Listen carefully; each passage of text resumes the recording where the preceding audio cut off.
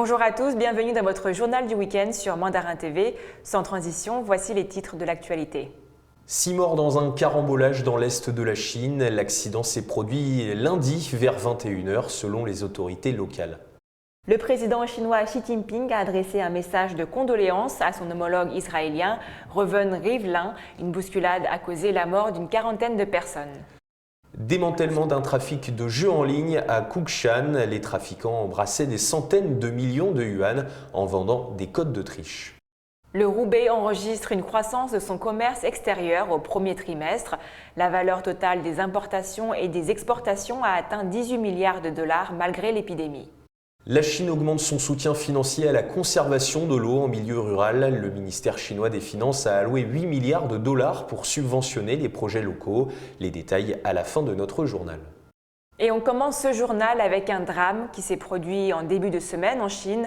Un accident de la route dans la province du Zhejiang, à l'est du pays, qui a causé la mort de 6 personnes. Une enquête sur la cause de l'accident est-elle toujours en cours ? 6 personnes ont été tuées dans un carambolage impliquant 6 voitures lundi soir dans la province chinoise du Zhejiang à l'est de la Chine. C'est ce qu'ont annoncé les autorités locales. L'accident s'est produit lundi vers 21h11 sur une autoroute, tuant 6 personnes et en blessant 3 autres, a indiqué le bureau municipal de la sécurité publique du Roussou dans un communiqué. Les blessés reçoivent actuellement des soins et leur état est stable, toujours selon le communiqué.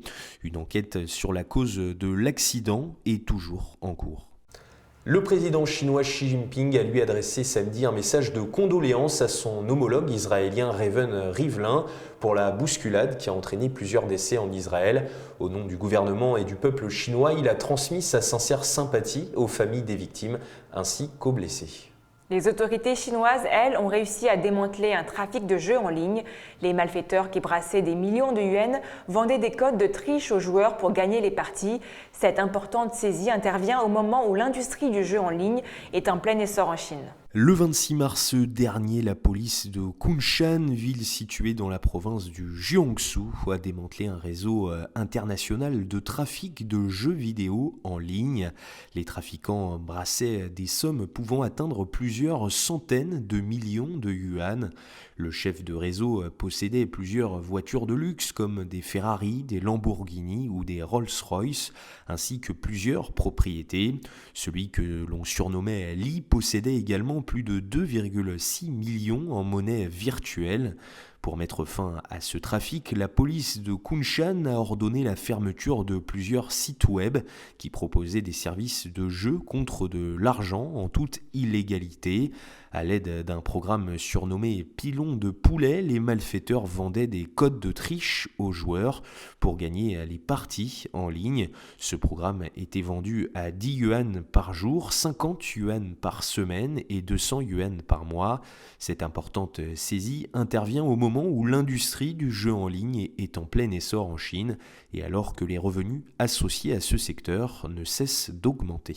Malgré l'épidémie de Covid-19, la situation économique est bonne, la reprise aussi, et cela se ressent au Roubaix qui a enregistré une croissance de son commerce extérieur au premier trimestre, la valeur totale des importations et des exportations atteignant 18 milliards de dollars.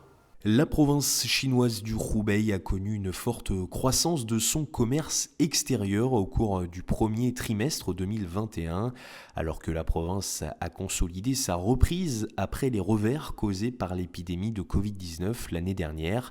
Selon les autorités douanières locales, la valeur totale des importations et des exportations a atteint 117 milliards de yuan, soit environ 18 milliards de dollars au cours du premier trimestre, soit une hausse de 88% d'une année sur l'autre selon les données des douanes de Wuhan. La capitale provinciale, autrefois la plus touchée par la Covid-19, a vu son commerce extérieur atteindre 77,23 milliards de yuan, soit 64,9% du total provincial. Les échanges réalisés par les entreprises privées ont atteint 64 milliards de yuan, en hausse de 134% sur un an, représentant 55% de la valeur totale des importations et des exportations de la province. Pendant cette période, le commerce de la province avec ses principaux partenaires commerciaux, dont l'Union européenne, les États-Unis, l'Association des nations de l'Asie du Sud-Est, ASEAN en anglais, et le Japon, a atteint respectivement 17,26 milliards de yuan, 16,11 milliards de yuan, 15,11 milliards de yuan et 11 milliards de yuan, en hausse de 125%, 166%, 96% et 87% en glissement annuel.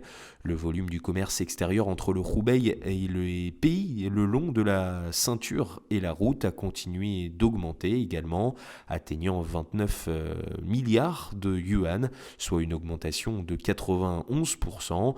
Parallèlement, la valeur des importations et des exportations du Roubaix avec les membres du partenariat économique régional global a atteint 35 milliards de yuan en hausse de 70%. Les exportations de textiles et de vêtements de la province, dont les fournitures anti-épidémiques, ont également fortement augmenté au cours du premier trimestre. La valeur des exportations de produits textiles a atteint 2,62 milliards de yuan en hausse de 74%, tandis que celle des vêtements a atteint 5,39 milliards de yuan en hausse de 212%. Même son de cloche pour l'ameublement et l'électroménager. Les deux secteurs ont eux aussi connu une forte hausse au premier trimestre, selon les données publiées par le ministère de l'Industrie et des Technologies de l'Information. Le secteur de l'électroménager chinois a connu une expansion régulière au cours du premier trimestre de cette année, selon des données publiées par le ministère de l'Industrie et des Technologies de l'Information. Au cours de cette période, les revenus d'exploitation de l'industrie ont augmenté de 51,9% en glissement annuel à 378 milliards de yuan, soit environ 58,59 milliards de dollars. Les bénéfices combinés ont atteint 20 milliards de yuan au cours de la période, en hausse de 76% sur un an. Au premier trimestre, la production chinoise de réfrigérateurs et de machines à laver a atteint respectivement 21,58 millions d'unités et 21,45 millions d'unités, enregistrant toutes deux une augmentation de plus de 50% en glissement annuel selon les données officielles. Le secteur de l'ameublement, lui, a enregistré une croissance régulière au cours du premier trimestre de l'année, toujours selon les données du ministère de l'Industrie et des Technologies de l'Information. Au cours de cette période, les revenus d'exploitation de l'industrie ont augmenté de 39% pour atteindre 163 milliards de yuan. Les bénéfices combinés ont atteint 6,7 milliards de yuan durant cette période, en hausse de 72% sur un an. Au cours du premier trimestre, un total de 245,68 millions de meubles ont ainsi été produits, soit une augmentation de 40% par rapport à l'année précédente. Et on termine ce journal avec l'augmentation du soutien financier à la conservation de l'eau en milieu rural. Ces fonds visent à aider à résoudre les points faibles des systèmes de conservation de l'eau, permettant par la même occasion d'accroître l'efficacité de l'utilisation de l'eau et de moderniser les installations.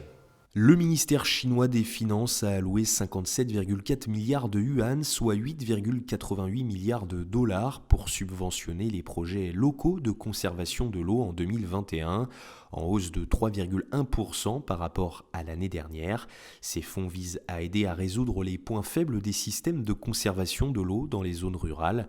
Afin de réduire les dommages provoqués par les inondations et les sécheresses, 45% des fonds, soit 25,9 milliards de yuan, seront utilisés pour renforcer les petits réservoirs vétustes, maîtriser les petites et moyennes rivières et améliorer la prévention des torrents de montagne.